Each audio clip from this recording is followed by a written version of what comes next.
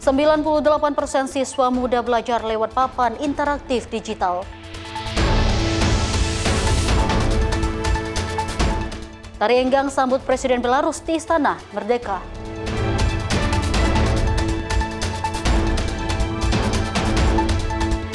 Hutan Maja curi perhatian wisatawan Hangzhou.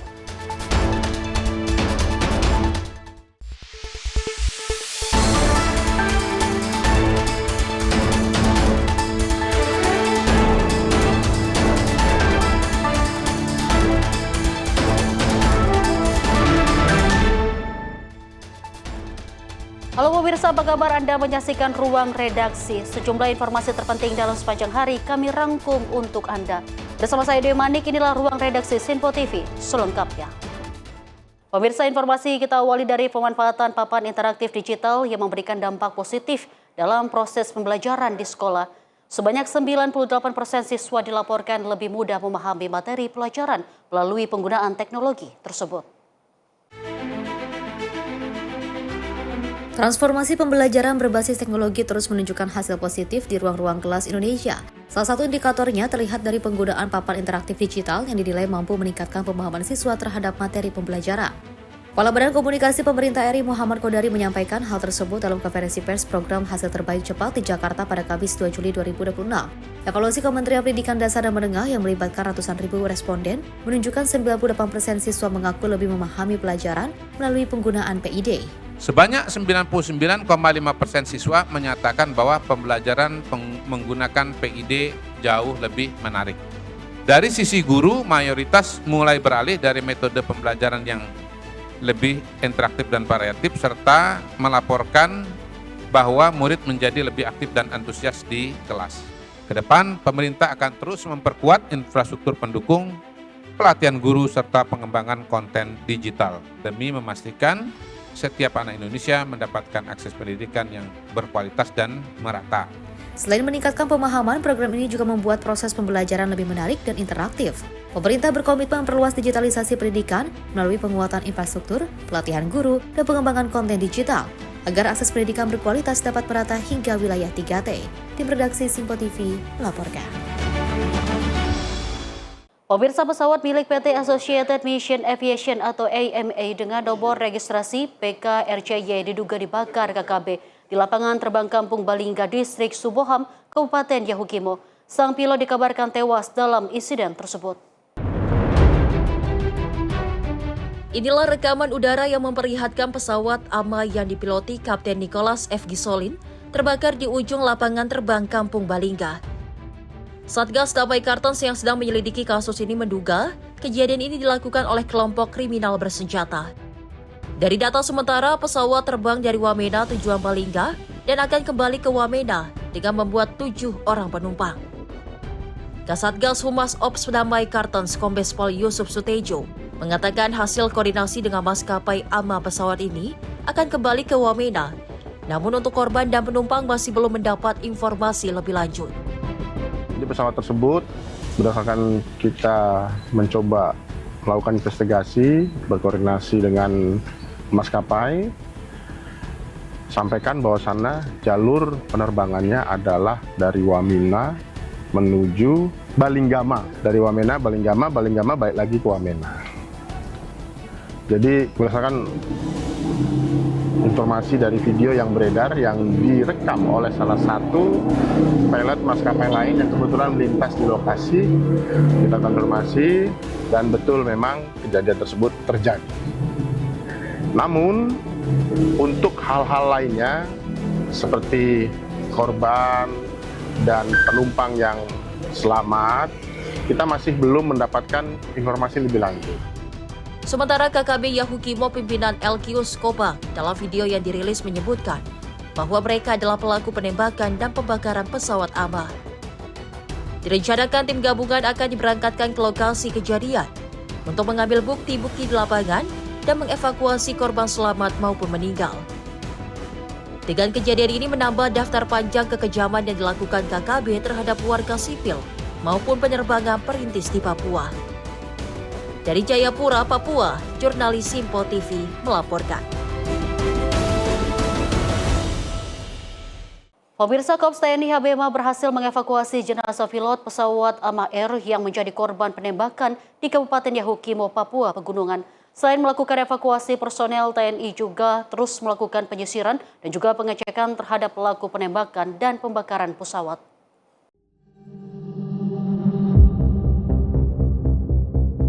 Korps TNI HBMA berhasil mengevakuasi jenazah pilot pesawat PT Ama Air dengan nomor penerbangan PKRCY Nicholas F. Goselen yang menjadi korban penembakan di Bandara Ibdehi, Distrik Sobaham, Kabupaten Yahukimo, Papua Pegunungan.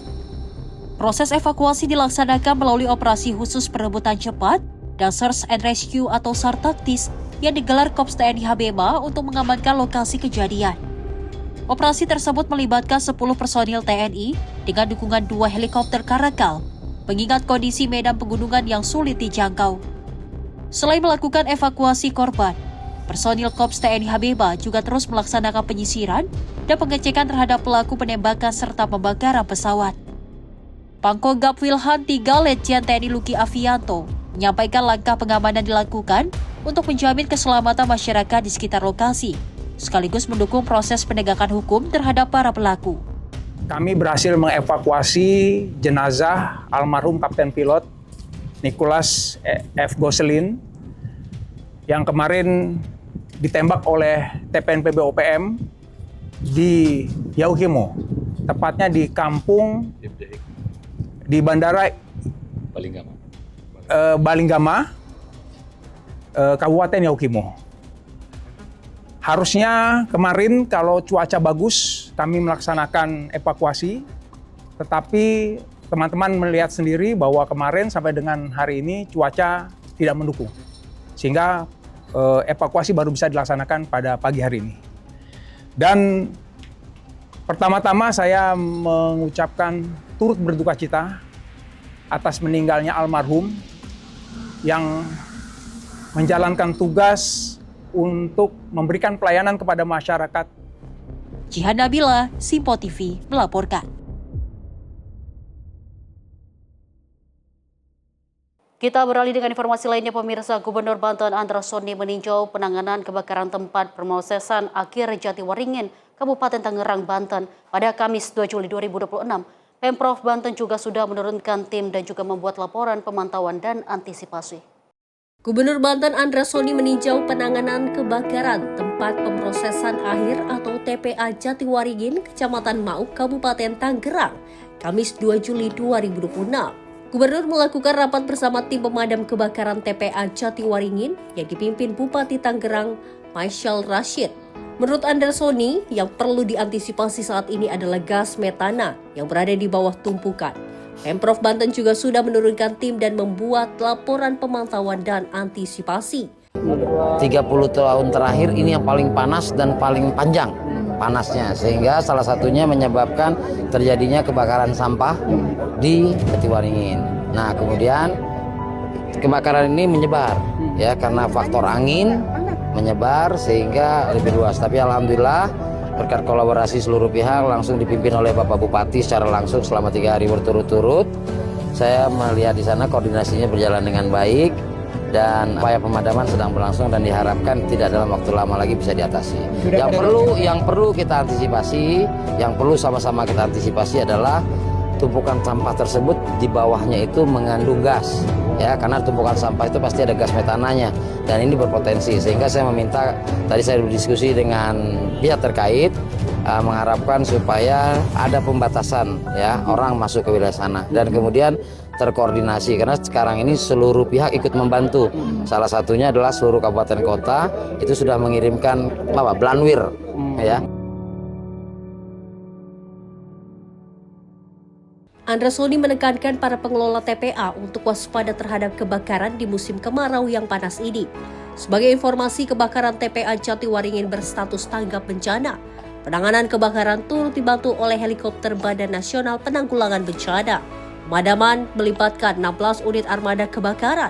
Selain melakukan pemadaman di titik api, tim juga melokalisir tempat untuk menghambat meluasnya kebakaran. Tim redaksi Sinpo TV melaporkan.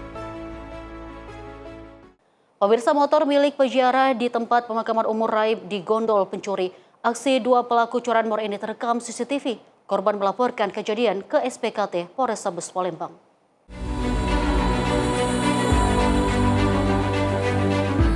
Motor metik yang sedang diparkir pemiliknya yang sedang berjalan di tempat pemakaman umum di Jalan Pipa Reja, Kecamatan Kemuning, Kota Palembang, raib dibawa kabur pencuri. Hanya hitungan detik, kedua pelaku merusak kontak motor korban dengan menggunakan kunci letter T dan membawa kabur. Usai kejadian, pemilik motor Aditya Dayu Noviansa yang merupakan seorang guru asal Dusun 1 BTS Ulu, Kabupaten Musi Banyuasin, Sumatera Selatan, mendatangi SPKT Polrestabes Palembang untuk melaporkan kedua pelaku. Kemudian sekitar jam 7 di Koborun, kan. Sebelum itu kan dari rumah itu sudah diingatkan untuk ziarah makam mertua di dapur saya. Jadi setelah mungkin nggak lama itu dari ziarah itu, kejadiannya juga cepat. Dan pas mau pulang, ternyata motornya sudah nggak ada. Saat ini kasus ditangani unit Reskrim Polrestabes Palembang. Dari Palembang, Sumatera Selatan, jurnalis Simpo TV melaporkan. Pemirsa, Direktorat Reserse Kriminal Umum Polda Banten berhasil membongkar sindikat pencurian kendaraan bermotor lintas daerah yang nekat beraksi menggunakan senjata api rakitan. Petugas mengamankan sejumlah pelaku beserta barang bukti 13 unit sepeda motor yang diduga kuat merupakan hasil tindakan kejahatan di sejumlah wilayah Banten.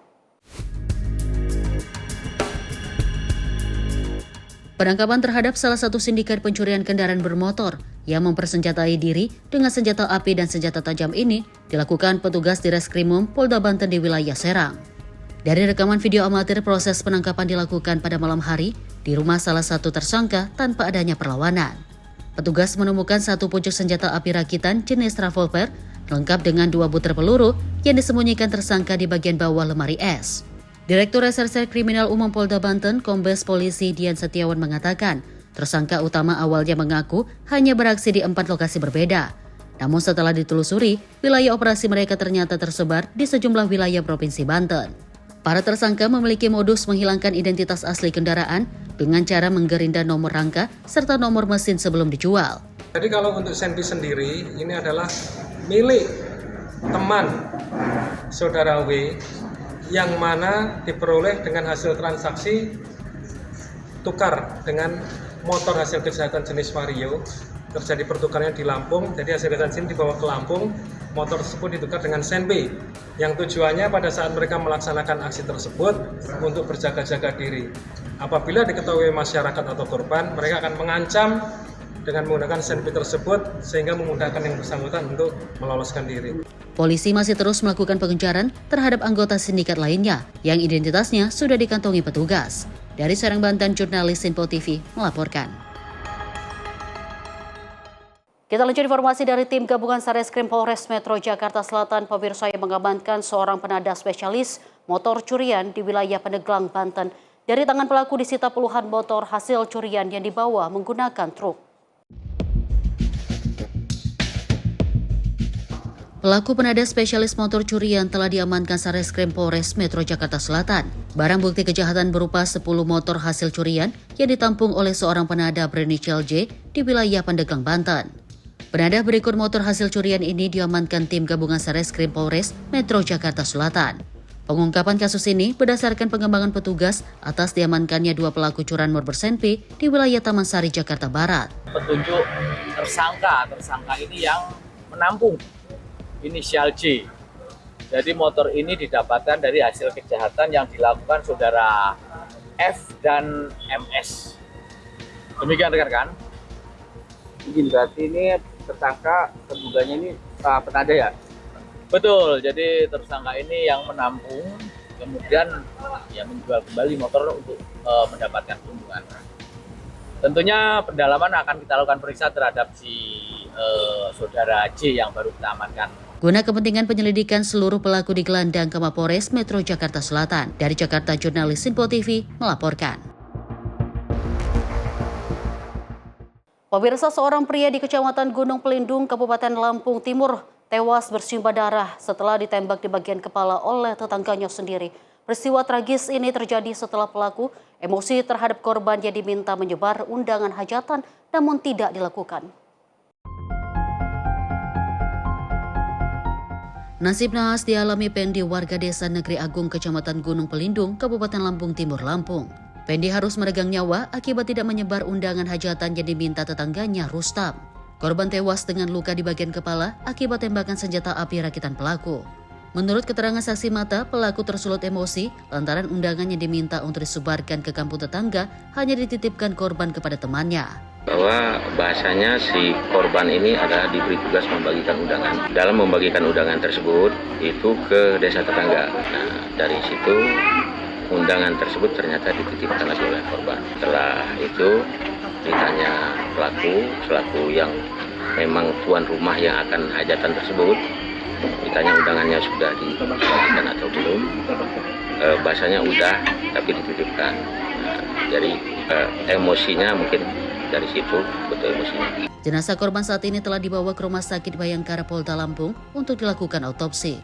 Sementara pelaku telah dikabarkan telah menyerahkan diri ke polisi. Dari Lampung Timur, Lampung, jurnalis Sinpo TV melaporkan. Pemirsa, 1 dari 5 pelaku pencurian spesialis minimarket nyaris tewas diamuk massa usai kepergok warga saat sedang membobol tembok toko minimarket di Kampung Laes, Desa Sukamaju, Kecamatan Kibin, Kabupaten Serang, Banten. Sementara 4 pelaku lainnya berhasil kabur menggunakan mobil.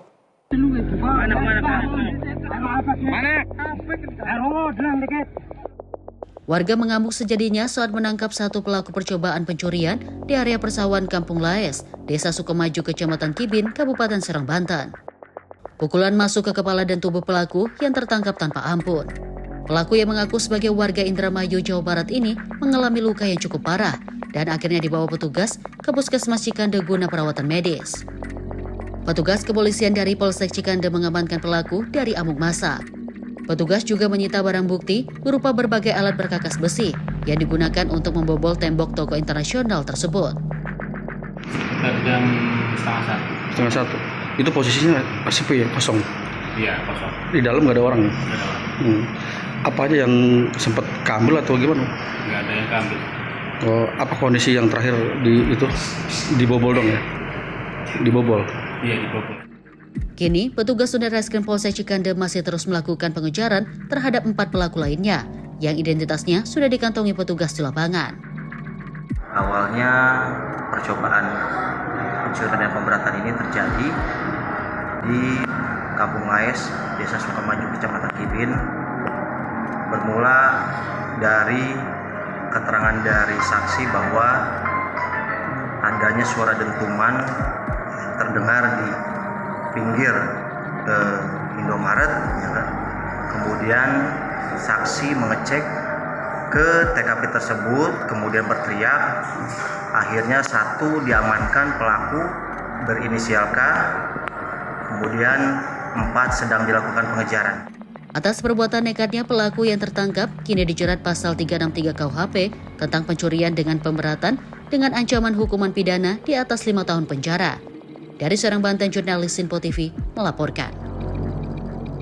Pemirsa, informasi kita lanjut dari aksi begal sadis yang menewaskan seorang warga di Kota Bekasi, Jawa Barat berhasil diungkap Satuan Reserse Kriminal Polres Metro Bekasi Kota. 3 pelaku berhasil ditangkap sementara 1 pelaku lain masih dalam pengejaran. Pelaku diketahui membacok korban saat berusaha merampas sepeda motornya saat pulang kerja.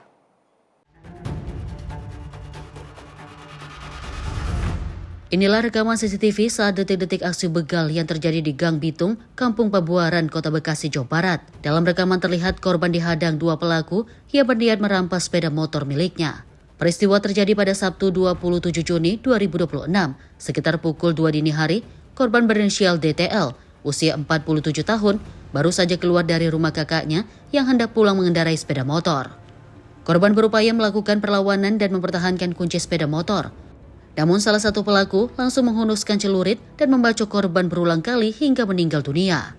Warga yang menemukan korban segera memberikan pertolongan dan membawanya ke rumah sakit. Namun nyawa korban tidak berhasil diselamatkan. Hasil penyelidikan dan olah tempat kejadian, polisi mendapatkan identitas para pelaku. 1 pelaku berinisial MF, RTF, dan MRA berhasil ditangkap di wilayah Jati Asih, Kota Bekasi. Sedangkan 1 pelaku lain berinisial S yang diduga berperan sebagai joki masih dalam pengejaran petugas.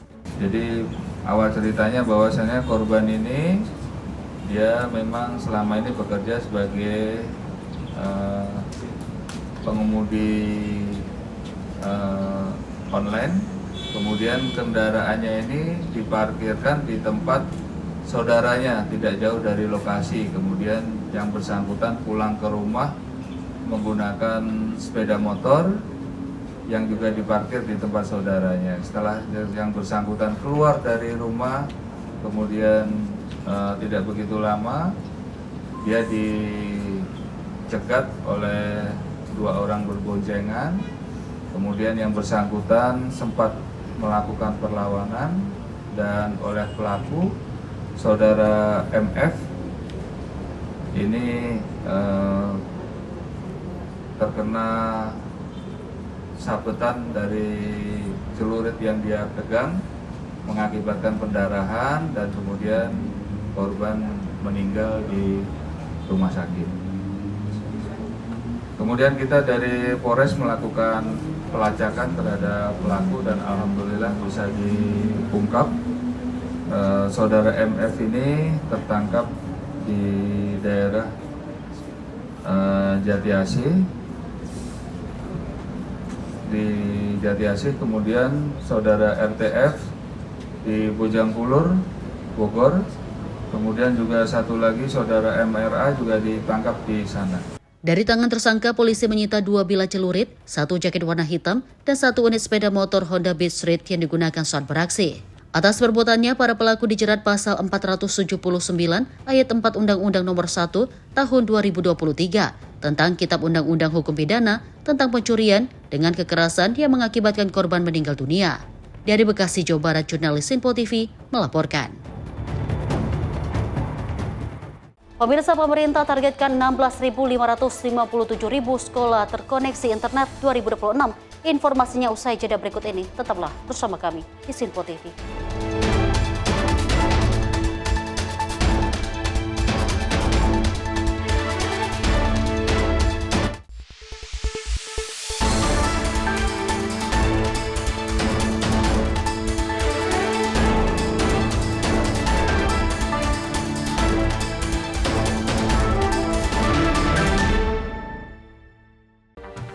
Rangkaian peristiwa penting kami hadirkan untuk menemani sore hari Anda.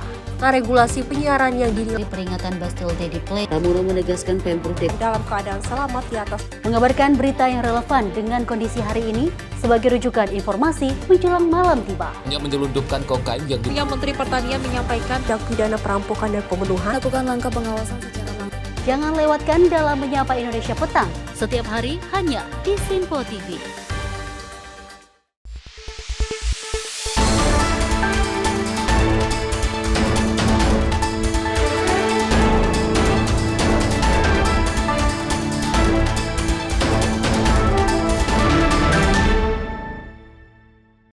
Terima kasih pemirsa, Anda kembali menyaksikan Ruang Redaksi Sinpo TV. Pemirsa, Kepala Bakom RI Muhammad Kodari menegaskan percepatan digitalisasi pembelajaran terus dilakukan untuk pemerataan kualitas pendidikan. Pemerintah menargetkan 16.557 satuan pendidikan terkoneksi internet pada tahun 2026. Dalam perencanaan 2026 ini, sebanyak 16.557 satuan pendidikan menjadi target pemenuhan akses internet. Pemerintah mempercepat implementasi program digitalisasi pembelajaran sebagai upaya pemerataan akses dan kualitas pendidikan di seluruh Indonesia. Salah satu fokus utamanya adalah perluasan konektivitas internet di satuan pendidikan agar proses pembelajaran berbasis teknologi dapat berjalan optimal. Kepala Badan Komunikasi Pemerintah RI Muhammad Kodari menyampaikan penguatan infrastruktur digital juga menyasar wilayah tertinggal, terdepan dan terluar agar tidak tertinggal dalam transformasi pendidikan. Kementerian Pendidikan Dasar dan Menengah menargetkan 16.557 satuan pendidikan akan mendapatkan akses internet pada 2026, menyusul 8.265 sekolah yang telah terhubung pada 2025. Dalam hal konektivitas internet, untuk dukungan program digitalisasi pembelajaran pada tahun 2025 tercatat sebanyak 8.265 sekolah menjadi penerima akses internet. Dalam perencanaan 2026 ini, sebanyak 16.557 satuan pendidikan menjadi target pemenuhan akses internet. Secara nasional, 77% satuan pendidikan di Indonesia saat ini telah memiliki akses internet. Sementara 23% lainnya masih belum terjangkau. dan menjadi fokus perhatian ke depan. Ekosistem rumah pendidikan merupakan platform digital terintegrasi yang dikembangkan Kementerian Dikdasmen sebagai bagian dari pelaksanaan Inpres nomor 7 2025 tentang percepatan digitalisasi pembelajaran dan penguatan layanan pendidikan berkualitas. Selain konektivitas, pemerintah juga mengembangkan ekosistem rumah pendidikan sebagai platform terpadu layanan digital, termasuk ruang murid, ruang guru, dan ruang sekolah. Hingga kini jutaan pengguna telah memanfaatkan layanan tersebut, sementara lebih dari 280.000 sekolah telah menggunakan ruang sekolah atau rapor pendidikan untuk mendukung peningkatan mutu pembelajaran berbasis data.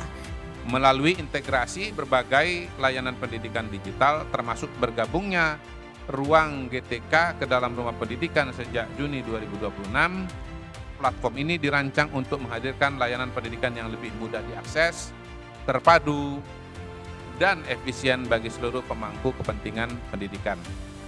Ruang sekolah merupakan layanan digital yang mendukung pengelolaan satuan pendidikan berbasis data, termasuk melalui rapor pendidikan sebagai instrumen evaluasi dan peningkatan mutu pendidikan. Tim redaksi Simpo TV melaporkan. Pemirsa, Presiden RI Prabowo Subianto menyambut kunjungan kenegaraan Presiden Belarus Alexander Lukashenko di Istana Merdeka, Jakarta pada Kamis siang. Penyambutan berlangsung hikmat dan diawali dengan prosesi kenegaraan yang dimeriahkan penampilan tari enggang. Presiden Lukashenko tiba di Istana Merdeka dengan iring-iringan kendaraan dari kawasan Monumen Nasional. Rombongan tamu negara mendapat pengawalan pasukan berkuda dan motoris selama perjalanan menuju istana. Ratusan siswa membawa bendera Indonesia dan Belarus turut menyambut kedatangan kepala negara Belarus di sepanjang jalur menuju istana. Setibanya di halaman istana, Lukashenko disambut langsung oleh Presiden Prabowo sebelum keduanya mengikuti rangkaian upacara kenegaraan. Sebagai bagian dari profesi penyambutan, rombongan Belarus disuguhi penampilan tari enggang dari Kalimantan Timur. Upacara kemudian dilanjutkan dengan pengumandangan lagu kebangsaan Belarus dan Indonesia Raya serta pemeriksaan pasukan kehormatan oleh kedua kepala negara. Seusai memperkenalkan masing-masing delegasi, Prabowo dan Lukashenko berfoto bersama sebelum memasuki Istana Merdeka untuk menggelar pertemuan tertutup. Dalam pertemuan bilateral tersebut, kedua pemimpin dijadwalkan membahas penguatan kerjasama di berbagai bidang, termasuk pertanian, industri, investasi, dan perdagangan. Salah satu agenda utama adalah pembahasan kerjasama penyediaan bahan baku pupuk untuk mendukung ketahanan pangan Indonesia. Kedua negara juga dijadwalkan meluncurkan roadmap hubungan bilateral sebagai arah pengembangan kerjasama di masa mendatang. Dari Jakarta, Dio Malau, Simpo TV melaporkan. Pemirsa, Kementerian Pemuda dan Olahraga bersama Ikatan Motor Indonesia atau IMI terus mendorong penyelenggaraan event otomotif berkelas dunia seperti MotoGP di Indonesia. Langkah ini dilakukan untuk memperkuat sport tourism dan juga mendorong pertumbuhan ekonomi. Pemerintah menilai kehadiran ajang olahraga internasional tidak hanya menjadi panggung kompetisi, tetapi juga memberikan dampak positif bagi pariwisata, UMKM, dan kesejahteraan masyarakat.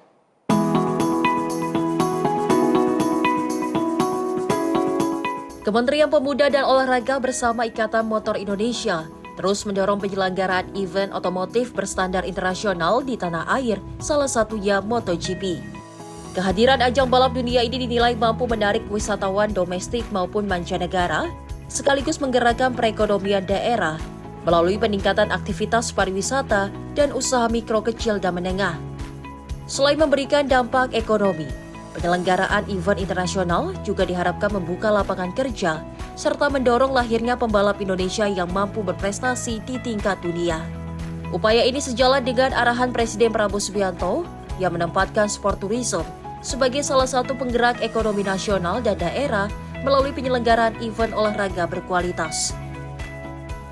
Pemerintah berharap penyelenggaraan event olahraga internasional dapat memberikan manfaat yang lebih luas, tidak hanya bagi dunia olahraga, tetapi juga mendorong pertumbuhan ekonomi, pariwisata, dan daya saing Indonesia di kancah internasional. Tim redaksi Simpo TV melaporkan. Pemirsa, pemerintah tengah menyiapkan skema dana pensiun bagi atlet sebagai upaya menjamin kesejahteraan di masa tua. Kebijakan ini dirancang untuk memberikan perlindungan berkelanjutan bagi atlet setelah tidak lagi aktif bertanding. Artinya mereka harus punya dana pensiun. Perlindungan kesejahteraan atlet setelah pensiun menjadi salah satu fokus pemerintah dalam penguatan ekosistem olahraga nasional. Untuk itu, pemerintah tengah mematangkan skema dana pensiun bagi atlet yang dirancang berkelanjutan dan dikelola secara transparan. Menteri Pemuda dan Olahraga Erick Thohir mengatakan, masa karir atlet relatif lebih singkat dibandingkan profesi lain, sehingga membutuhkan jaminan hari tua. Menurutnya, penyusunan skema dilakukan secara hati-hati dengan melibatkan kejaksaan, Badan Pengawas Keuangan dan Pembangunan, serta pakar olahraga, guna memastikan pengelolaannya akuntabel dan terhindar dari penyalahgunaan. Mungkin karena sekarang dengan teknologi ya, banyak juga atlet masih main sampai umur 40, tetapi dibandingkan banyak pekerjaan lain yang bisa pensiun di umur 50-60, mereka lebih muda. Artinya mereka harus punya dana pensiun. Jangan sampai dana pensiun ini jadi koruptif lagi, karena kita sudah banyak sejarah dana pensiun itu dikorupsi. Nah, atlet nggak ada gaji bulanan. Dia ada uang juara, dia ada uang apa. Nah, ini yang kita sedang menggodok bagaimana mencari ya, jalan keluar dana pensiun ini bisa continue, sustain. Dengan India seperti apa, kalau Malaysia, India bisa, masa negara kita, bangsa yang besar ini tidak bisa. Erick menambahkan pemerintah masih mencari formulasi pendanaan yang tepat karena atlet tidak memiliki pola penghasilan bulanan seperti pekerja formal. Sejumlah praktik dari negara lain seperti Malaysia dan India juga dipelajari sebagai referensi sebelum skema dana pensiun atlet diterapkan. Sesuai amanat Undang-Undang Nomor 11 Tahun 2022 tentang keolahragaan. Tim redaksi Sinpo TV melaporkan. Pemirsa, Menteri Kehutanan Raja Juli Antoni menyatakan siap membantu Komisi Pemberantasan Korupsi dalam pengembangan kasus operasi tangkap tangan Bupati Kuantan Sangginggi. Dan kasus tersebut turut mendalami dugaan gratifikasi terkait pengurusan pelepasan kawasan hutan di Kabupaten Kuantan Sangginggi, Riau. Bahwa benar tanggal 2 Juni 2026 ada audiensi Bupati Kuansing di kantor ini. Menteri Kehutanan Raja Juli Antoni menegaskan siap bersikap kooperatif dan membantu Komisi Pemberantasan Korupsi dalam pengembangan kasus operasi tangkap tangan Bupati Kuantan Sangginggi Suhardi Manambi. Dirinya mengaku telah mengetahui namanya disebut dalam pengembangan penyidikan KPK dan berpotensi dimintai keterangan oleh penyidik. Menurutnya, Kementerian Kehutanan akan bersikap terbuka apabila KPK membutuhkan keterangan maupun dokumen terkait perkara tersebut. Ia juga menegaskan siap menyerahkan seluruh dokumen yang berkaitan dengan pertemuannya bersama Bupati Kuantan Sangginggi jika diminta oleh penyidik KPK.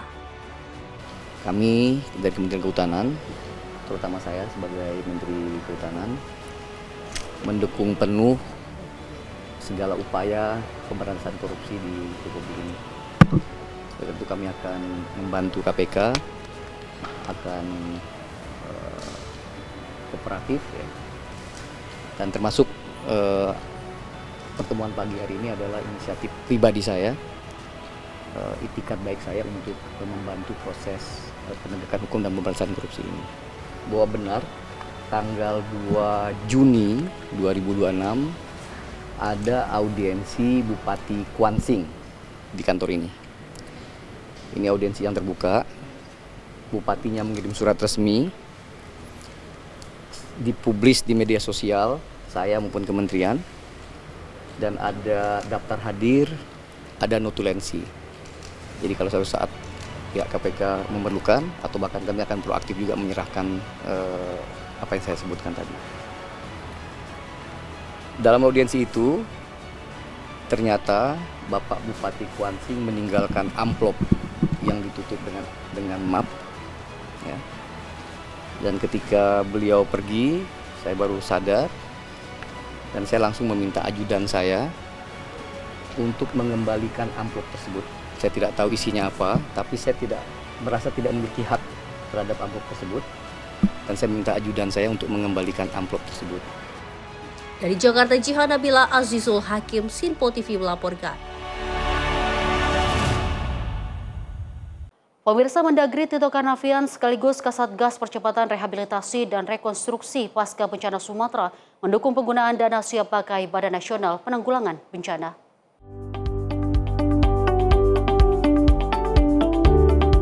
Menteri Dalam Negeri Muhammad Tito Karnavian sekaligus Ketua Satuan Tugas Percepatan Rehabilitasi dan Rekonstruksi Pasca Bencana Sumatera mendukung penggunaan dana siap pakai atau DSP BNPB untuk mempercepat pembangunan hunian tetap atau HUNTAP bagi masyarakat yang rumahnya rusak berat akibat bencana. Hal itu disampaikan Tito kepada awak media usai mengikuti rapat koordinasi tingkat menteri terkait usulan penyesuaian bantuan stimulan rumah rusak berat terdampak bencana melalui DSP BNPB di kantor Kementerian Koordinator Bidang Pembangunan Manusia dan Kebudayaan, Jakarta, Kamis 2 Juli 2026. Untuk in situ dan ex situ mandiri yang menjadi tanggung jawab BNPB ini kan lebih kompleks karena sendiri ya. Itu akan digunakan mekanisme tersendiri yang kita usulkan adalah mekanisme namanya dana siap pakai karena memang BNPB ini dia fleksibel gitu. Kita ingin agar terjadi pergerakan cepat. Nah, mengenai anggarannya juga yang selama ini 60 juta kita harapkan bisa dinaikkan. Kenapa? Karena Kementerian PKP menggunakan standar anggaran membangun rumah layak. Pembangunan HUNTAP nantinya diprioritaskan bagi warga yang rumahnya rusak berat maupun hilang akibat bencana. Secara umum skema pembangunan dibagi menjadi 3, yakni in situ, ex situ mandiri, dan ex situ kompleks komunal. Untuk skema in situ, rumah dibangun kembali di lokasi semula apabila kondisi tanah dinilai masih aman dan pembangunannya dilakukan oleh BNPB. Sementara itu, skema ex situ mandiri dilakukan dengan warga membangun rumah secara mandiri di lahan lain yang dimiliki karena lokasi lama tidak aman ditempati. Skema ini dilaksanakan dengan dukungan anggaran dan pengawasan dari BNPB. Tito mengatakan anggaran pembangunan HUNTAP komunal telah dialokasikan dan mulai direalisasikan tahun ini. Besaran bantuan BNPB saat ini sebanyak Rp60 juta per unit. Berdasarkan hasil perhitungan, idealnya membangun 1 unit rumah layak huni membutuhkan anggaran Rp80 juta. Tim redaksi Sinpo TV melaporkan. Kita lanjut informasi dari pemerintah melalui Kementerian Sosial yang menyiagakan Taruna Siaga Bencana atau Tagana di seluruh daerah guna mengantisipasi krisis air bersih akibat musim kemarau. Pemirsa, langkah ini dilakukan menyusul potensi kekeringan yang diperkirakan terjadi di sejumlah wilayah di Indonesia. Kementerian Sosial menggerakkan relawan Tagana di berbagai daerah sebagai langkah antisipasi menghadapi dampak kekeringan dan kelangkaan air bersih. Menteri Sosial Saifullah Yusuf menyatakan Tagana disiagakan untuk mempercepat penanganan di lapangan, termasuk menyalurkan bantuan air bersih kepada masyarakat terdampak. Langkah ini menjadi bagian dari upaya mitigasi dini pemerintah seiring prediksi musim kemarau yang berpotensi lebih panjang dan memicu krisis air di sejumlah wilayah. Selain penyiagaan personil, Kusipul juga mendorong koordinasi dengan pemerintah daerah dan pihak terkait agar distribusi bantuan dapat berjalan cepat dan tepat sasaran. Ya, jadi kita memang biasanya ya membantu di daerah-daerah yang rawan kekurangan air bersih. Seperti di Bojonegoro itu ya, yang Jawa Timur itu biasanya kami nanti akan kolaborasi dengan pemerintah daerah membantu kebutuhan-kebutuhan di sana. Ya, jadi kami memang memetakan dan kami akan bekerja sama dan akan memberikan dukungan di daerah-daerah tertentu, sekali lagi bekerja sama dengan pemerintah daerah. Diketahui sejumlah wilayah di Indonesia mulai mengalami keterbatasan air bersih akibat menurunnya curah hujan. Pemerintah menghimbau masyarakat untuk menggunakan air secara bijak dan melaporkan kondisi kekeringan di wilayah masing-masing agar penanganan dapat dilakukan lebih cepat. Dengan langkah antisipatif ini diharapkan dampak krisis air bersih dapat diminimalisir. Dari Jakarta, Dio Malau, Sinpo TV melaporkan.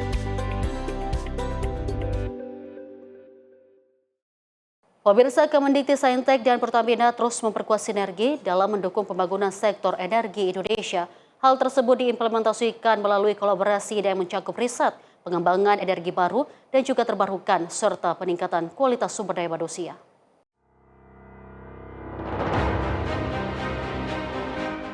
Menteri Pendidikan Tinggi, Sains dan Teknologi Brian Yuliarto menerima audiensi Direktur Transformasi dan Keberlanjutan Bisnis PT Pertamina Persero, Agung Wicaksono, beserta jajaran pada Kamis 2 Juli 2026. Pertemuan tersebut membahas berbagai peluang kolaborasi dalam mendukung transisi energi melalui pengembangan energi baru dan terbarukan, termasuk program pembangkit listrik tenaga surya 100 GW, pengembangan energi panas bumi, serta pengembangan pendidikan vokasi untuk memenuhi kebutuhan sumber daya manusia di sektor energi. Menteri Brian juga menyampaikan pengembangan pembangkit listrik tenaga surya merupakan salah satu program strategis pemerintah yang diharapkan dapat mendukung ketahanan energi sekaligus mendorong pertumbuhan industri dalam negeri. Sementara itu, Direktur Transformasi dan Keberlanjutan Bisnis PT Pertamina, Agung Wicaksono, menyampaikan sejumlah inisiatif Pertamina dalam mendukung transisi energi, antara lain melalui pengembangan pembangkit listrik tenaga surya dalam program dedieselisasi, pengembangan energi panas bumi, serta penyusunan konsep pendidikan vokasi yang sebagai bagian dari penguatan kapasitas sumber daya manusia di sektor energi. Tim redaksi Sinpo TV melaporkan.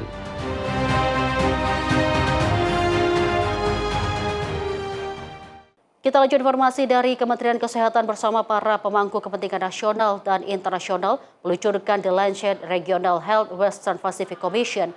Pemirsa, langkah ini menjadi awal penyusunan arah transformasi sistem kesehatan Indonesia menuju 2045. Komisi ini akan menyusun rekomendasi berbasis bukti melalui penguatan sistem kesehatan inovasi serta kolaborasi lintas sektor untuk menjawab tantangan kesehatan masa depan. The Lancet yang dikenal sebagai salah satu jurnal ilmiah kesehatan paling prestisius di dunia membentuk The Lancet Regional Health Western Pacific Commission dengan melibatkan ilmuwan Indonesia dalam jajaran pimpinan. Peluncuran komisi ini menandai dimulainya kolaborasi strategis selama 3 tahun ke depan untuk merumuskan rekomendasi kebijakan kesehatan yang berbasis riset dan bukti ilmiah. Menteri Kesehatan Budi Gunadi Sadikin menyampaikan apresiasi atas terbentuknya komisi ini dan berharap hasil kerjanya mampu mendukung peningkatan pelayanan kesehatan nasional menuju Indonesia Emas 2045. Pembentukan komisi ini juga menegaskan komitmen Indonesia untuk membangun sistem kesehatan yang berorientasi pada masyarakat, berkeadilan, tangguh menghadapi krisis, serta mampu memberikan layanan kesehatan berkualitas bagi seluruh masyarakat. Kenapa komisi ini begitu penting? Pertama, Indonesia akan bilang jalankan reform yang luar biasa dalam 1 dekade ini, dan kita ingin pengalaman Indonesia ini kita share ke dunia. Ya. Tujuan dan goal dan fokus adalah 3 tahun ke depan kita kerjasama dengan seluruh jajaran kesehatan di Indonesia, ekosistem kesehatan, mau peneliti, mau rumah sakit, untuk kita bisa publikasi data. Mengapa? Karena memang Indonesia banyak yang kita lakukan, tapi harus juga ditembuskan ke dalam literatur dan publikasi. Kenapa? Sampai kita membuat guideline global, mereka bisa kutip dan menggunakan data dan penemuan dari Indonesia. Lancet Commission kita syukuri, kita mendapat kesempatan untuk menulis satu chapter khusus yang akan dipublikasi oleh Lancet. Tapi untuk menulis itu memang perlu sekali effort yang luar biasa dan bantuan dari semuanya, karena kita akan berbicara tentang bagaimana tata kelola sistem kesehatan di Indonesia pada 2045 yang ideal. Melalui kolaborasi ini, pemerintah berharap terbentuk arah pembangunan sistem kesehatan yang lebih tangguh, inklusif, dan berkelanjutan, sehingga mampu menjawab tantangan kesehatan nasional menuju 2045. Tim redaksi Sinpo TV melaporkan. Pemirsa, Kementerian Perlindungan Pekerja Migran Indonesia bersama Komisi 9 DPR RI menyepakati sejumlah langkah strategis untuk memperkuat ekosistem vokasi dan perlindungan pekerja migran Indonesia. Salah satu fokus utama adalah terkait penguatan program SMK Go Global. Kesepakatan tersebut dicapai dalam rapat kerja yang digelar di Kompleks Parlemen Senayan, Jakarta, yang dihadiri oleh Menteri Perlindungan Pekerja Migran Indonesia Mukhtaruddin, Wakil Menteri Christina Aryani, serta Sekretaris Jenderal KP2MI Dwi Yodong. KP2MI dan Komisi 9 DPR RI sepakat memperkuat ekosistem vokasi melalui integrasi pendidikan, pelatihan, dan sertifikasi yang disesuaikan dengan kebutuhan pasar kerja internasional.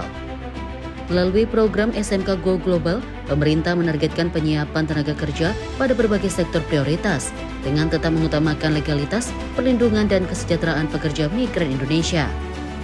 Untuk mendukung pelaksanaannya, koordinasi lintas sektor akan diperkuat dengan melibatkan kementerian dan lembaga terkait, pemerintah daerah, dunia usaha, lembaga pendidikan vokasi, lembaga sertifikasi profesi, serta mitra industri di luar negeri. Kolaborasi ini akan mengawal seluruh tahapan, mulai dari pemetaan kebutuhan tenaga kerja global, penyusunan kurikulum, pelatihan, sertifikasi, hingga penempatan dan perlindungan pekerja migran.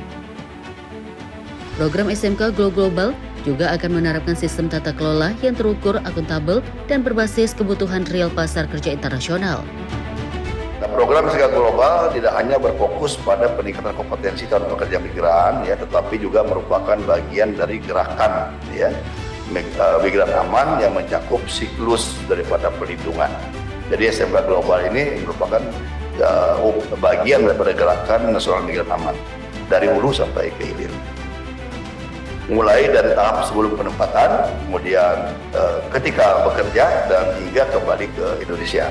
Nah, melalui pendekatan perlindungan yang komprehensif ini, maka memperkuat upaya pencegahan dan mitigasi risiko pada setiap tahapan tata kelola penempatan.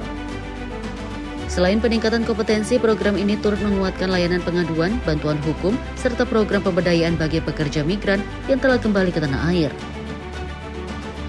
KP2MI dan Komisi 9 DPR RI juga sepakat meningkatkan fungsi pengawasan terhadap pelaksanaan program SMK Go Global maupun program penempatan pekerja migran antar pemerintah atau government to government G2G.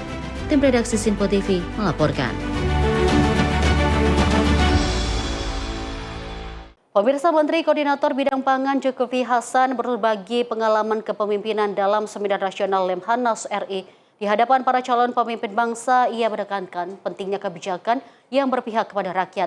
Menurut Zulkifli Hasan, tugas pemimpin tidak hanya menyusun kebijakan, tetapi memastikan setiap kebijakan memberikan manfaat nyata bagi masyarakat.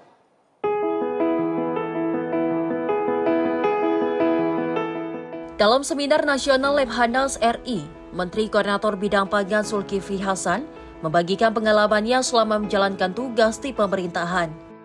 Ia menyampaikan bahwa mengelola negara tidak cukup hanya dengan menyusun berbagai kebijakan. Namun yang terpenting adalah memastikan kebijakan tersebut benar-benar berpihak kepada rakyat. Zulhas juga mendorong para calon pemimpin untuk berani membela rakyat kecil, memperkuat pembangunan desa, serta menciptakan iklim investasi yang sehat melalui langkah deregulasi. Menurutnya, hasil pembangunan harus dapat dirasakan hingga ke petani dan nelayan agar pertumbuhan ekonomi memberikan dampak nyata bagi kesejahteraan masyarakat. Mau ngelola sampah menjadi energi listrik itu mesti perlu bupati, mesti perlu DPRD, mesti perlu gubernur, mesti perlu DPRD provinsi. Dari yang rumit itu tinggal itu ditugaskan kepada Menko Pangan untuk berkoordinasi menyelesaikan segala persyaratan, selesai serahkan dan antara kerjasama sama vendor yang punya teknologi. Zulhas menegaskan ukuran keberhasilan seorang pemimpin bukan dilihat dari banyaknya aturan yang dibuat, melainkan dari besarnya manfaat yang dapat dirasakan oleh rakyat. Tim redaksi Sinpo TV melaporkan. Pemirsa, ribuan warga Iran lepas kepergian Khamenei. Informasinya usai jeda berikut. Tetaplah bersama kami di Sinpo TV.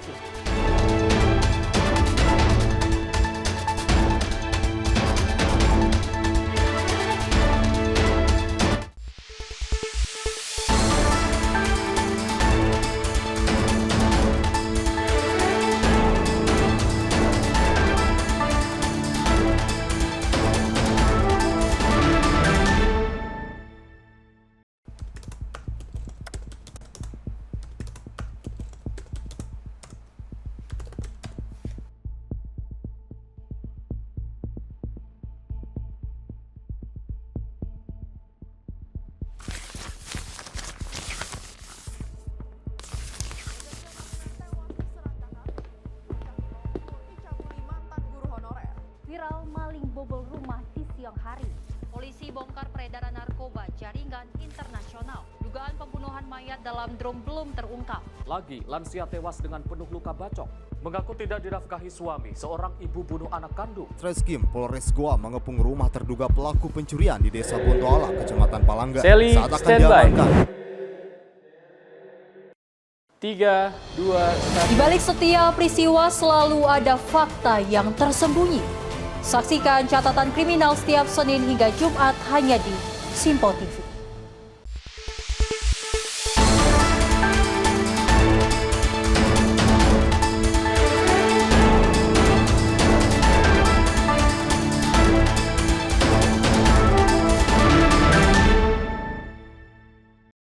Terima kasih pemirsa, Anda masih setia bersama kami di ruang redaksi dan masih bersama saya Dewi Manik. Pemirsa, informasi kita lanjut dari ribuan warga Iran yang memadati Teheran untuk memberikan penghormatan terakhir kepada pemimpin tertinggi Iran Ali Khamenei yang tewas dalam serangan udara gabungan Amerika Serikat dan Israel pada 28 Februari lalu.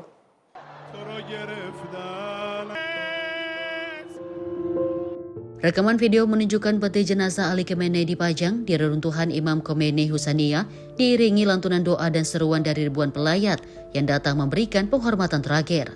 Pemerintah Iran menjadwalkan rangkaian upacara pemakaman resmi mulai 4 Juli di Imam Khomeini Mosala Teheran. Pemerintah juga menyiapkan masjid, stadion, taman kota, dan tempat penampungan sementara untuk menampung para pelayat dari berbagai daerah. Setelah prosesi di Teheran, iring-iringan pemakaman akan dilanjutkan ke kota Qom pada 7 Juli. Dan berakhir dengan pemakaman di Kompleks Makam Imam Reza Masdad pada 9 Juli. Pemakaman Khamenei sebelumnya dijadwalkan digelar tak lama setelah kematiannya, namun ditunda karena konflik yang melibatkan Iran, Israel, dan Amerika Serikat. Otoritas Iran menyatakan delegasi lebih dari 90 negara dijadwalkan hadir dalam rangkaian upacara tersebut, termasuk sejumlah pemimpin dan pejabat tinggi dunia. Tim redaksi Simpo TV melaporkan. Pemirsa, sidang Dewan Keamanan Perserikatan Bangsa-Bangsa atau PBB berlangsung tegang setelah Iran, Bahrain, Amerika Serikat, serta sejumlah negara lain saling melontarkan tuduhan terkait eskalasi konflik di kawasan Timur Tengah. Menteri Luar Negeri Bahrain Abdul Latif bin Rashid Al Zayani menuduh Iran kembali melancarkan serangan menggunakan rudal balistik dan drone ke wilayah sipil, meski Teheran telah menandatangani nota kesepahaman dengan Amerika Serikat pada 17 Juni lalu. Menurutnya, sejak akhir Februari hingga kini Bahrain mengalami ratusan serangan yang menyebabkan korban jiwa dan kerusakan infrastruktur. Di sisi lain, Duta Besar Iran untuk PBB, Amir Said Irafani, menolak seluruh tuduhan tersebut. Iran justru menuding Amerika Serikat melanggar nota kesepahaman melalui serangan udara ke fasilitas di wilayah selatan Iran, serta menyebut Washington sebagai pihak yang merusak proses diplomasi. Iran menegaskan akan tetap mempertahankan hak membela diri apabila serangan terus berlanjut. Dalam sidang yang sama, Rusia dan China menyerukan agar seluruh pihak mematuhi nota kesepahaman yang telah disepakati dan melanjutkan perundingan damai. Rusia menilai kesepakatan tersebut membuka peluang bagi pemulihan stabilitas kawasan, sementara China menyambut dimulainya konsultasi lanjutan antara Washington dan Teheran dengan mediasi Pakistan serta Qatar. Debat di kawasan keamanan PBB ini mencerminkan masih tingginya ketegangan di kawasan Timur Tengah meski jalur diplomasi telah dibuka. Hingga kini belum ada titik temu atas berbagai tuduhan yang dilontarkan masing-masing pihak. Sementara komunitas internasional terus mendorong agar kesepakatan yang sudah dicapai dapat dijalankan secara konsisten demi mencegah konflik yang lebih luas. Tim redaksi Simpo TV melaporkan. Pemirsa, bentrokan bersenjata kembali mengguncang Provinsi Suwaida di Suriah Selatan. Pasukan pemerintah transisi dilaporkan terlibat baku tembak dengan kelompok bersenjata Druze di tengah situasi keamanan yang masih memanas.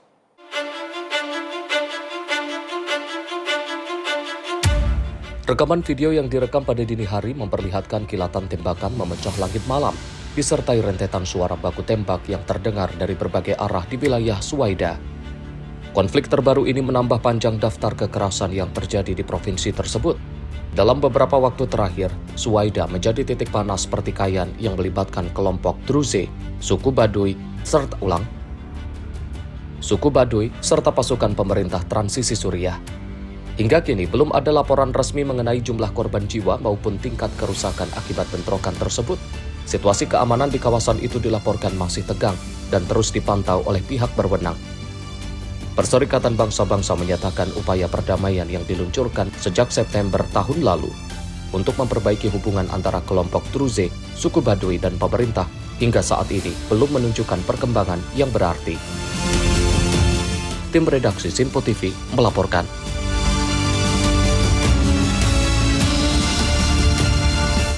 Kita lanjut informasi dari Presiden Ukraina Volodymyr Zelensky yang mendesak negara-negara barat untuk segera memperkuat sistem pertahanan udara Ukraina. Pemirsa, ia menyampaikan Ukraina hadapi kekurangan pertahanan udara di tengah serangan rudal dan drone Rusia ke sejumlah kota di Ukraina.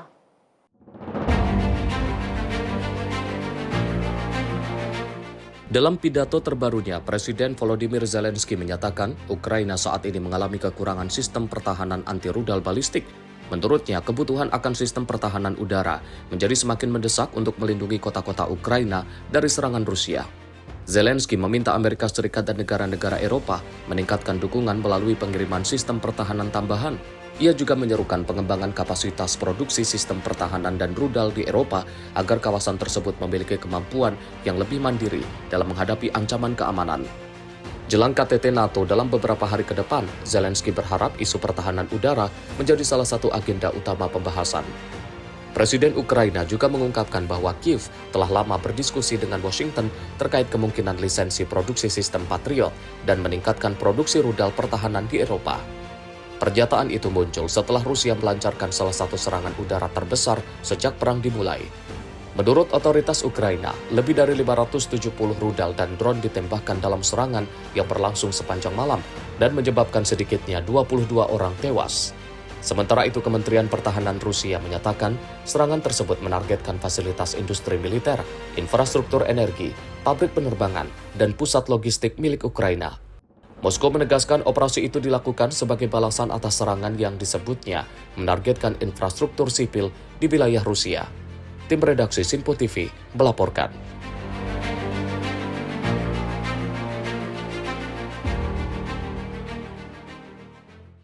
Pemirsa, Perdana Menteri Armenia Nikol Pashinyan menegaskan keinginan negaranya untuk menjadi anggota penuh Uni Eropa. Pernyataan tersebut disampaikan saat bertemu Presiden Komisi Eropa Ursula von der Leyen di Yerevan.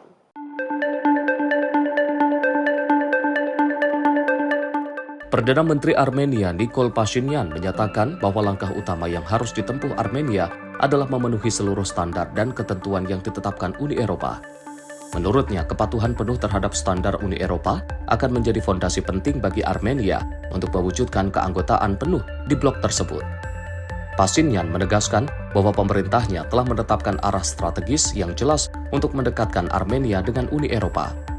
Meski demikian, Armenia hingga kini masih belum mendapatkan status resmi sebagai negara kandidat anggota Uni Eropa. Upaya Armenia untuk bergabung dengan Uni Eropa juga menjadi perhatian Rusia yang selama ini memiliki hubungan ekonomi dan politik erat dengan Yerevan. Sebelumnya, Presiden Rusia Vladimir Putin menyatakan Moskow tidak mempermasalahkan kerjasama Armenia dengan Uni Eropa. Namun, Putin menegaskan bahwa keanggotaan dalam Uni Eropa dan Uni Ekonomi Eurasia atau EAEU secara bersamaan akan sulit dilakukan karena keduanya memiliki sistem kepabeanan dan aturan ekonomi yang berbeda. Pernyataan tersebut kembali menunjukkan dinamika geopolitik yang dihadapi Armenia di tengah upayanya mendekatkan diri ke Eropa tanpa sepenuhnya melepaskan hubungan dengan Rusia. Tim redaksi Sinpo TV melaporkan. Pemirsa, hujan deras yang mengguyur ibu kota Togo Lomé memicu banjir parah di berbagai wilayah. Ratusan warga terpaksa harus menyelamatkan barang-barang mereka, sementara kondisi genangan memperburuk resiko penyakit dan mengganggu aktivitas sehari-hari.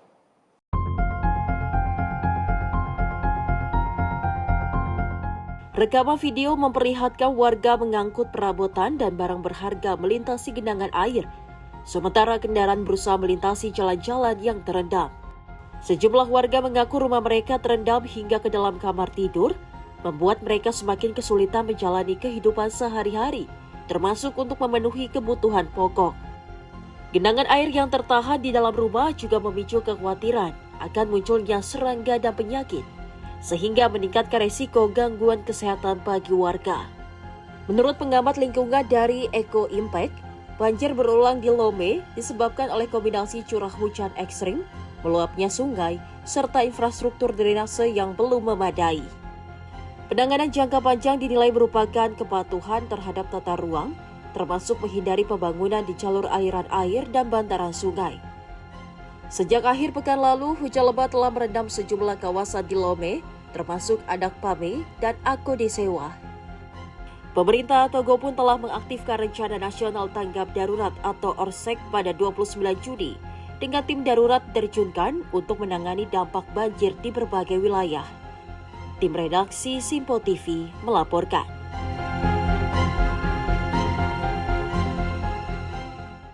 Pemirsa, informasi kita lanjut dari pemerintah Malawi yang meluncurkan Lenacapavir, terapi pencegahan HIV jangka panjang yang diharapkan dapat menekan angka penularan virus tersebut. Inovasi ini menjadi langkah baru dalam upaya pengendalian HIV/AIDS di negara Afrika Selatan tersebut.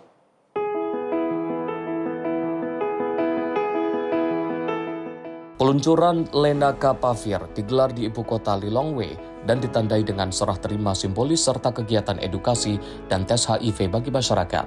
Menteri Kesehatan Malawi, Madalitso Baloyi, menyatakan Lenacapavir resmi menjadi salah satu pilihan baru untuk membantu mencegah penularan HIV. Berbeda dengan terapi pencegahan HIV harian yang harus dikonsumsi setiap hari, Lenacapavir diberikan melalui suntikan 2 kali dalam setahun sehingga dinilai lebih praktis dan memudahkan kepatuhan pengguna dalam menjaga perlindungan dari resiko infeksi HIV. Terapi ini diberikan melalui suntikan dan hanya memerlukan 2 kali pemberian dalam 1 tahun sehingga menjadi alternatif yang lebih praktis dibandingkan obat pencegahan harian.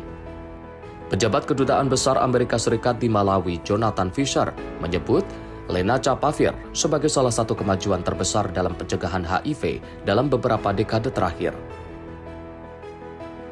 Lenacapavir is one of the most significant advances in HIV prevention in decades. In clinical trials, it demonstrated over 99% effectiveness, making it among the most powerful HIV prevention tools ever developed. Hasil uji klinis menunjukkan terapi ini memiliki tingkat efektivitas lebih dari 99% dalam mengurangi resiko infeksi HIV. Saat ini, sekitar 7% penduduk Malawi berusia 15 tahun ke atas hidup dengan HIV. Pemerintah berharap kehadiran Lenacapavir dapat membantu menekan jumlah kasus baru dan memperluas akses masyarakat terhadap layanan pencegahan HIV yang lebih efektif. Tim redaksi Simpo TV melaporkan.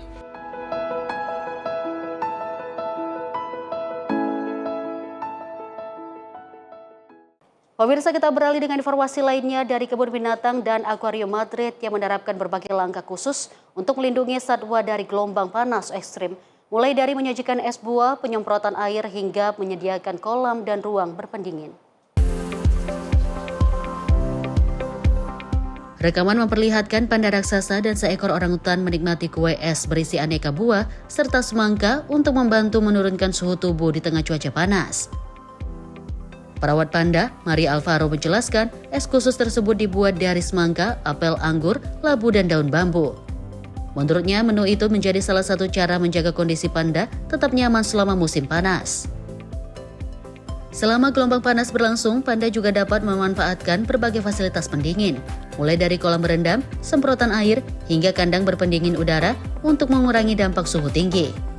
Momen tersebut sekaligus menjadi perayaan usia 3 bulan orangutan Borneo bernama Sela. Dokter hewan Eva Martinez menyebut Sela mendapatkan kue es buah tropis dan permainan khusus untuk menandai hari istimewanya. Spanyol masih menghadapi gelombang panas dengan suhu melampaui 40 derajat Celcius di berbagai wilayah, terutama sepanjang akhir Juni hingga awal Juli 2026. Kondisi tersebut mendorong berbagai kebun binatang menerapkan langkah tambahan untuk menjaga kesehatan dan kesejahteraan satwa. Tim redaksi Simpo TV melaporkan.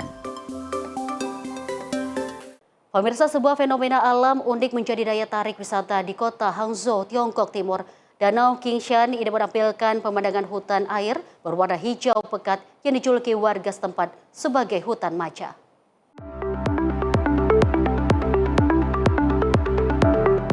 Rekaman drone memperlihatkan hamparan hijau yang menutup permukaan Danau Qingshan di distrik Linnan, Hangzhou. Dari ketinggian, warna hijau pekat tanaman air yang menyelimuti danau membuat kawasan ini tampak seperti secangkir maca raksasa. Jalur papan kayu membelah hutan air tersebut, memberikan akses bagi pengunjung untuk menikmati pemandangan dari dekat. Suasana semakin memikat dengan kehadiran burung angsa hitam, bebek, dan beragam satwa lain yang hidup di antara deretan pohon sipres yang tumbuh di dalam air. Sejumlah wisatawan mengaku terkesan dengan keindahan alam yang mereka lihat secara langsung. Mereka menilai pemandangan di lokasi tersebut sama indahnya dengan foto-foto yang beredar di media sosial. Hutan air langka ini berawal dari kawasan hutan lindung yang ditanam pada tahun 60-an. Seiring waktu, pohon-pohon yang tumbuh di kawasan berawa tersebut berpadu dengan mekarnya tanaman air musiman yang memberikan warna hijau khas pada permukaan danau. Fenomena ini paling jelas terlihat pada akhir musim semi hingga musim gugur dan menjadi magnet bagi fotografer maupun pecinta alam dari berbagai daerah. Tim redaksi Sinpo TV melaporkan. Pemirsa, ribuan peserta dari berbagai negara berkumpul di Incheon, Korea Selatan untuk mengikuti RoboCup 2026. Ajang yang disebut sebagai kompetisi robotika dan kecerdasan buatan terbesar di dunia ini menampilkan beragam inovasi teknologi multahir. Rekaman memperlihatkan para peserta melakukan persiapan terakhir sebelum bertanding. Beragam robot humanoid tampak beraksi, mulai dari bermain sepak bola hingga melakukan tugas sehari-hari seperti menyajikan minuman. Kompetisi berlangsung di Songdo Konvensia pada 30 Juni hingga 6 Juli 2026 dengan melibatkan lebih dari 3.000 peserta yang terdiri dari mahasiswa, peneliti, dan tim robotika dari berbagai belahan dunia. Sejumlah kategori dipertandingkan, di antaranya Soccer League, Rescue League, Home League, dan Industrial League. Masing-masing menguji kemampuan robot dalam simulasi pertandingan maupun tugas-tugas praktis yang meniru kondisi dunia nyata. Mahasiswa pasca sarjana bidang robotika Min Jung Lee menilai perkembangan teknologi robot saat ini sudah sangat pesat, namun masih memiliki banyak ruang untuk dikembangkan. Salah satu peserta, Jovia dari tim Wirbrain, mengatakan timnya membuka kompetisi dengan kemenangan 8-1. Mereka kini fokus meningkatkan kemampuan penjaga gawang robot untuk menghadapi pertandingan berikutnya yang lebih berat. Tahun ini menjadi kali pertama Korea Selatan menjadi tuan rumah RoboCup. Sejak didirikan pada 1997, kompetisi ini memiliki target jangka panjang, yaitu mengembangkan tim sepak bola robot otonom yang mampu mengalahkan juara dunia FIFA pada tahun 2050. Tim redaksi Sinpo TV melaporkan. Pemirsa, hamparan ladang lavender di Shirhama, Kashmir, India memasuki musim panen. Selain menyuguhkan pemandangan ungu yang memukau dan menarik wisatawan, tanaman ini juga menjadi sumber pendapatan yang menjanjikan bagi para petani setempat.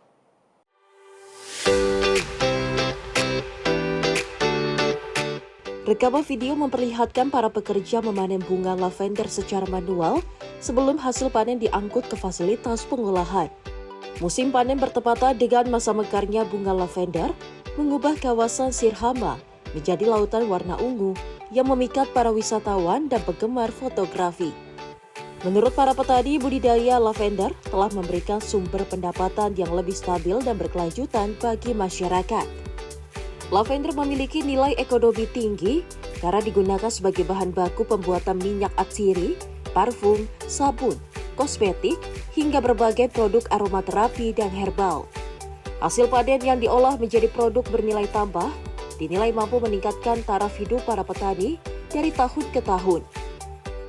Lavender mungkin presentas maz harvesting karan, ish mungkin yemi peak season. Ta ish mungkin harvest karan. Yaji yatçuk parfüm bide atbanan, beşi sabun sittigasın, beşi chemical sitti sabun atbanan. Tishu varihan kamen maz yaji masruf gasan madat kelemiaran amis. Di sisi lain, keindahan ladang lavender juga memberikan dampak positif bagi sektor pariwisata. Dengan banyak pengunjung yang datang untuk menikmati suasana alam dan mengabadikan pemandangan. Saat ini lebih dari 50 unit penyulingan telah beroperasi di wilayah Jammu dan Kashmir, memungkinkan petani mengolah lavender secara lokal sebelum dipasarkan ke berbagai daerah di India. Tim redaksi Sinpo TV melaporkan.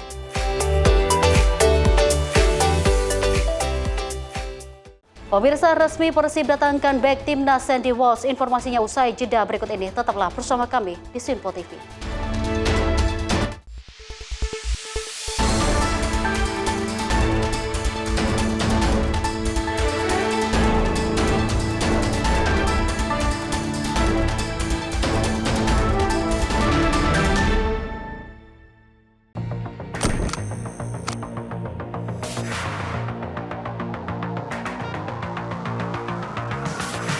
Setiap hari, Beragam peristiwa tersaji tak pernah lepas dari sorotan kami.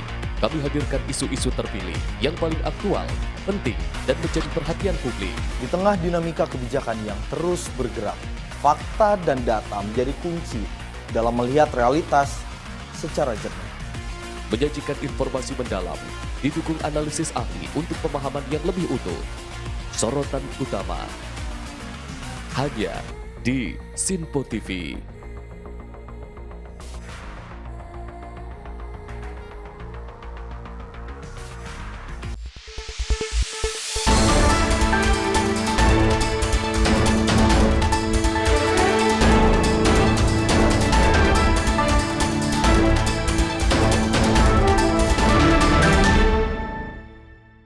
Pemirsa, ribuan pendukung memadati Bandara Internasional OR Tambo di Johannesburg untuk menyambut kepulangan tim nasional Afrika Selatan.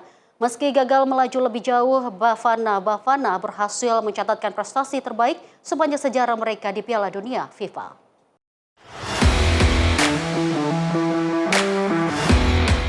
Rekaman video memperlihatkan para pendukung menyanyikan lagu kebangsaan, menari, mengibarkan bendera Afrika Selatan, serta meniup vuvuzela saat para pemain tiba di bandara.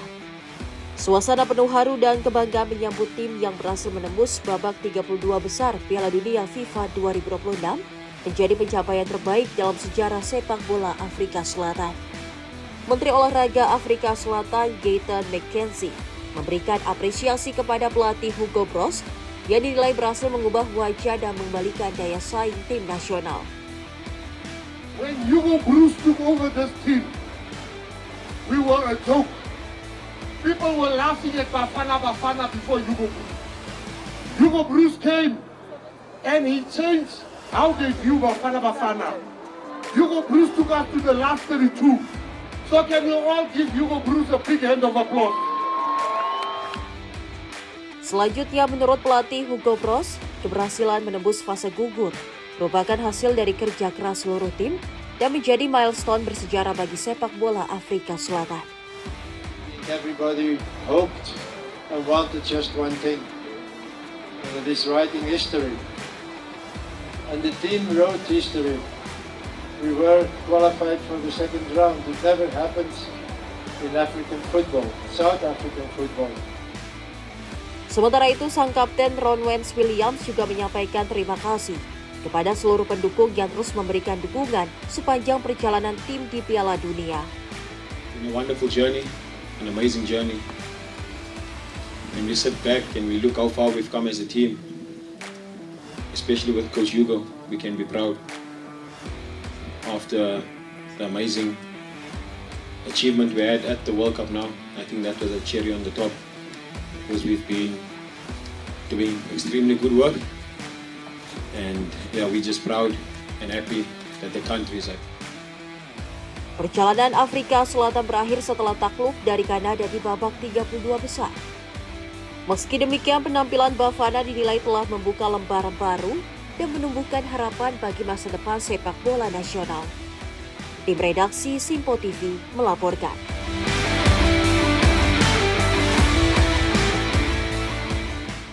Pemirsa, seorang seniman miniatur di Odisha, India mencuri perhatian dengan mengukir 3 maskot resmi Piala Dunia FIFA 2026 di atas potongan kapur. Karya tersebut juga dilengkapi miniatur trofi dan bola sepak berukuran sangat kecil.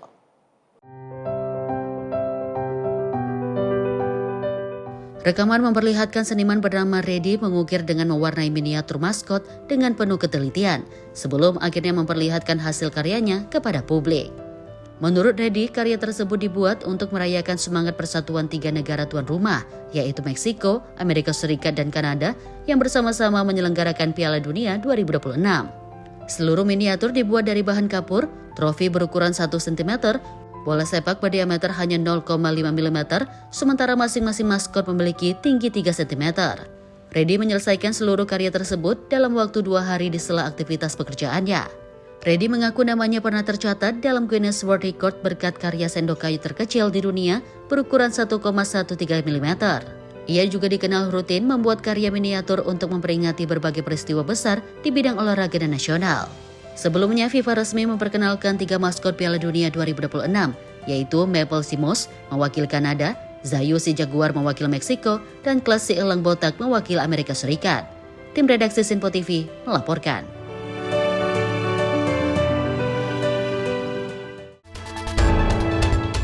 Pemirsa, informasi tadi mengakhiri perjumpaan kita di ruang redaksi Sinpo TV hari ini. Saya Dewi Manik mewakili kru yang bertugas pamit. Terima kasih atas kebersamaan Anda. Sampai jumpa.